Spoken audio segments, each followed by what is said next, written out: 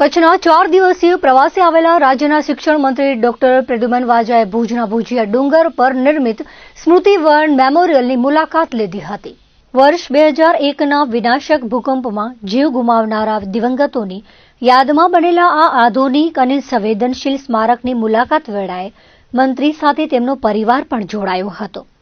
શિક્ષણ મંત્રીએ ભૂકંપના દિવંગતોના નામ અંકિત તકતીઓ પાસે શીશ ઝુકાવીને ભાવપૂર્વક શ્રદ્ધાંજલિ અર્પણ કરી હતી. સ્મૃતિવનના પ્રત્યેક વિભાગની મુલાકાત દરમિયાન શિક્ષણ મંત્રીએ ભૂકંપ બાદની પુનઃનિર્માણની ગાથા અને કચ્છના લોકોની ખુમારીને નજીકથી નિહાળી હતી. આ પ્રવાસ દરમિયાન સ્મૃતિવનના પ્રબંધક ડોક્ટર મનોજ પાંડેએ આ પ્રોજેક્ટની ઝીણવટભરી વિગતો, સંગ્રહાલયની વિશેષતાઓ અને પર્યાવરણ જાળવણી માટે કરવામાં આવેલા પ્રયાસોથી માહિતગાર કર્યા હતા. સ્મૃતિવનમાં કંડારાયેલી આ વિશિષ્ટ સ્મૃતિઓ અને ટેકનોલોજીના સમન્વયને જોઈ શિક્ષણ મંત્રી અત્યંત પ્રભાવિત થયા હતા. તેમણે આ સ્મારકને માત્ર પથ્થરોનું બાંધકામ નહીં પણ માનવીય સંવેદના અને અડગ મનોબળનું પ્રતીક ગણાવીને પોતાની મુલાકાતને યાદગાર ગણાવી હતી. આજરોજ કચ્છ જિલ્લાના અંદર ગુજરાત સરકારના શિક્ષણ વિભાગના માનનીય કેબિનેટ શિક્ષણ મંત્રી પ્રદ્યુમન વાજા સાહેબની આજે મુલાકાત હતી અને ખાસ કરીને કચ્છ માટે ગૌરવની વાત કે આજે 163 જેટલા ગણિત વિજ્ઞાન અને 1 થી 5ના વિદ્યા સહાયકોને સાહેબના હસ્તે હુકમ વિતરણ કરવામાં આવ્યા. એ ઉપરાંત સાહેબે વિવિધ સ્કૂલોની પણ મુલાકાત લીધી અને બાળકો સાથે ઇન્ટરેક્શન કરી અને બાળકો સાથે એમણે ચર્ચા કરી અને એમની જ્ઞાનની કસોટી પણ કરી. ખાસ કરીને સ્મૃતિવનની પણ અત્યારે મુલાકાતે સાહેબ છે. કચ્છ જિલ્લાના અંદર જે સ્પેશિયલ ભરતીના અંદર માનનીય વાજા સાહેબે હાજરી આપી અને કચ્છના અંદર આ 3 તબક્કાના અંદર 1 થી 5, 6 થી 8 ઉપરાંત હાઈસ્કૂલના અંદર બધા મળી અને કુલ આપણા 3500 જેટલા શિક્ષકો અને કચ્છના અંદર ભરતી થઈ છે. બાકીની ખાલી જગ્યાના અંદર ટૂંક સમયના અંદર જ્ઞાન સહાયકોની નિમણૂક કરી અને ખાલી જગ્યા પૂર્ણ કરવામાં આવશે અને આ કચ્છ માટે ગૌરવની ક્ષણ છે.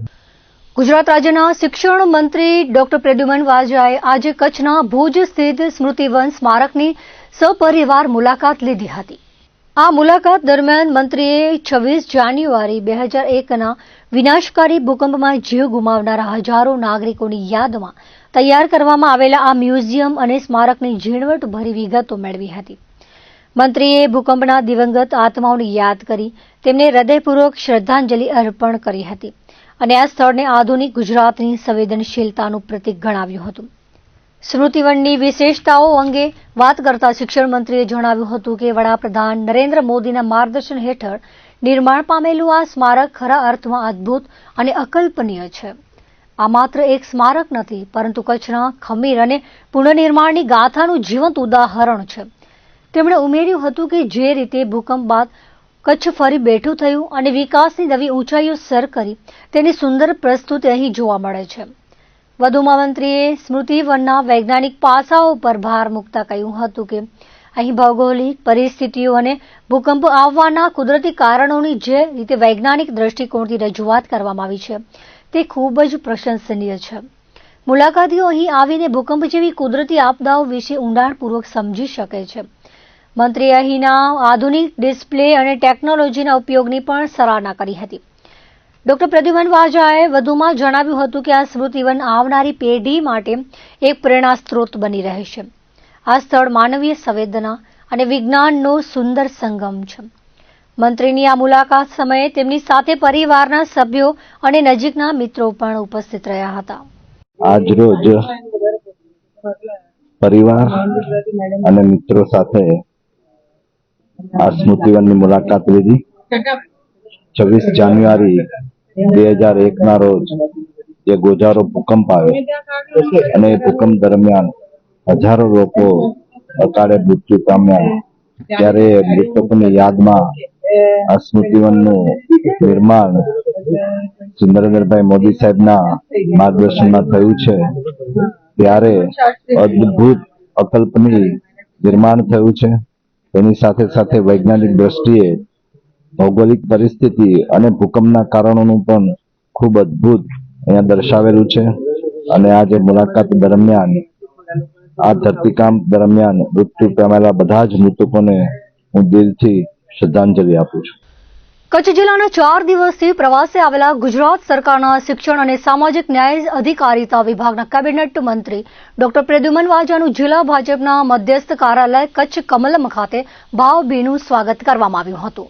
આ અવસરે જિલ્લા ભાજપના પ્રમુખ દેવજીભાઈ વરચંદ, અબડાસાના ધારાસભ્ય પ્રદ્યુમનસિંહ જાડેજા, ગાંધીધામના ધારાસભ્ય માલતીબેન મહેશ્વરી, પૂર્વ ધારાસભ્ય રમેશભાઈ મહેશ્વરી, જિલ્લા મહામંત્રી નરેન્દ્ર પ્રજાપતિ, શહેર ભાજપ પ્રમુખ મિતભાઈ ઠક્કર, તાલુકા ભાજપ પ્રમુખ ભીમજીભાઈ જોધાણી, અશોકભાઈ હાથી, નરેશભાઈ મહેશ્વરી, નગર અધ્યક્ષા રશ્મિબેન સોલંકી, જયંતભાઈ ઠક્કર, પચાણ સંજોટ, રવિભાઈ ગરવા, દીવરાજસિંહ ઝાલા વગેરે હાજર રહ્યા હતા.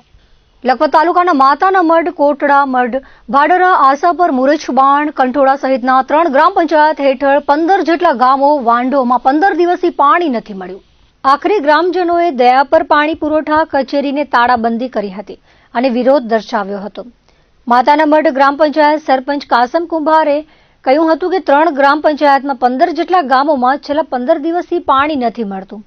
આ બાબતે નર્મદાની કચેરી અંજાર સહિત અનેક રજૂઆત કરી હતી, પરંતુ સમસ્યા ઉકેલ ન આવતા ગ્રામ પંચાયતના સરપંચો અગ્રણીઓએ દયાપર પાણી પુરવઠા કચેરીની તાળાબંધી કરી હતી. જો પાણી નિયમિત નહીં મળે તો ગ્રામજનો દ્વારા ગાંધીજી માર્ગે જઈ જલદાન કાર્યક્રમો આપવામાં આવશે તેવી ચીમકી ઉચ્ચારાઈ હતી.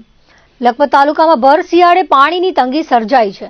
પાણી વિતરણ વ્યવસ્થા ખોરંભે ચડી છે. તેના પાછળ નર્મદાના સંપમાં પાણી ભરાતું નથી અને ઉપરથી જ પાણીનો કાપ છે તેવું જાણવા મળ્યું છે. અબડાસા તાલુકાના જૂથ ગ્રામ પંચાયત જસાપર અને વિગાબેરમાં ગૌચર જમીન ઉપર દબાણ કરાયું હતું, જે આજે સરકારી નિયમ અનુસાર 207 એકર જમીન ઉપરથી દબાણ દૂર કરવામાં આવ્યું હતું. ગામના સરપંચને સાથે રાખીને હજુ પણ કોઈ પણ દબાણ હશે તો સરકાર દ્વારા નિયમ અનુસાર તેને દૂર કરવામાં આવશે. આ દબાણ દૂર કરવાથી માલધારીઓમાં આનંદ જોવા મળ્યો હતો. દબાણ હટાવ કામગીરી દરમિયાન ચુસ્ત પોલીસ બંદોબસ્ત રાખવામાં આવ્યો હતો. DYSP, PI, PSI, Vayor PSI, નાયબ મામલતદાર, દબાણ શાખા, મદદનીશ તાલુકા વિકાસ અધિકારી, તલાટી, સહમંત્રી સહિતના અધિકારીઓ સ્થાનિકે પહોંચી આવ્યા હતા. સાથે અન્ય ગ્રામજનો પણ સ્થાનિકે હાજર રહ્યા હતા.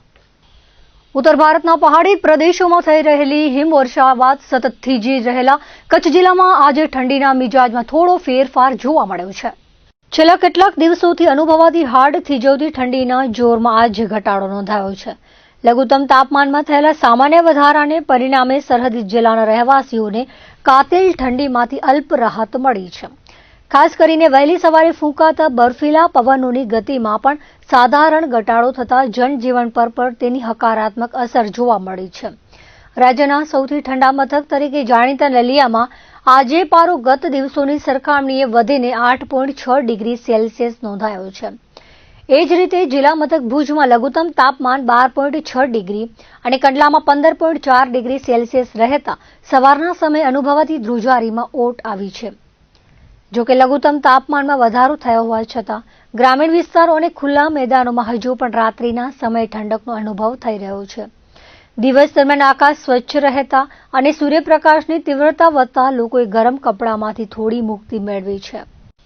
રાષ્ટ્રપિતા મહાત્મા ગાંધીજીના નિર્વાણ દિવસ નિમિત્તે સમગ્ર દેશ સાથે ભુજમાં પણ તેમને ભાવપૂર્વક શ્રદ્ધાંજલિ આપવામાં આવી હતી. આ અવસરે ભુજ નગરપાલિકાના પ્રમુખ રશ્મિબેન, નગરસેવકો અને વિવિધ સંગઠનોના હોદ્દેદારો દ્વારા પૂજ્ય બાપુની પ્રતિમાને હારારોપણ કરી શ્રદ્ધાસુમન અર્પણ કરવામાં આવ્યા હતા.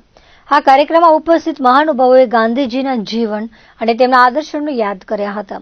મીડિયા સાથેની વાતચીતમાં જણાવવામાં આવ્યું હતું કે ગાંધીજીએ આપેલું આરામ હરામ હૈનું સૂત્ર આજે પણ એટલું જ પ્રસ્તુત છે અને લોકો તેને શ્રદ્ધાપૂર્વક યાદ કરે છે. બાપુના નિર્વાણ દિને તેમના સત્ય અને અહિંસાના માર્ગ પર ચાલવાના સંકલ્પ સાથે નગરના અગ્રણીઓએ ભેગા મળીને તેમને અંજલિ આપી હતી. આ પ્રસંગે મોટી સંખ્યામાં ભાઈઓ અને બહેનો ઉપસ્થિત રહ્યા હતા અને ગાંધીજીના કાર્યોને વાગોડ્યા હતા. આજરોજ રાષ્ટ્રપિતા મહાત્મા ગાંધીજીનું નિર્માણ દિવસ છે.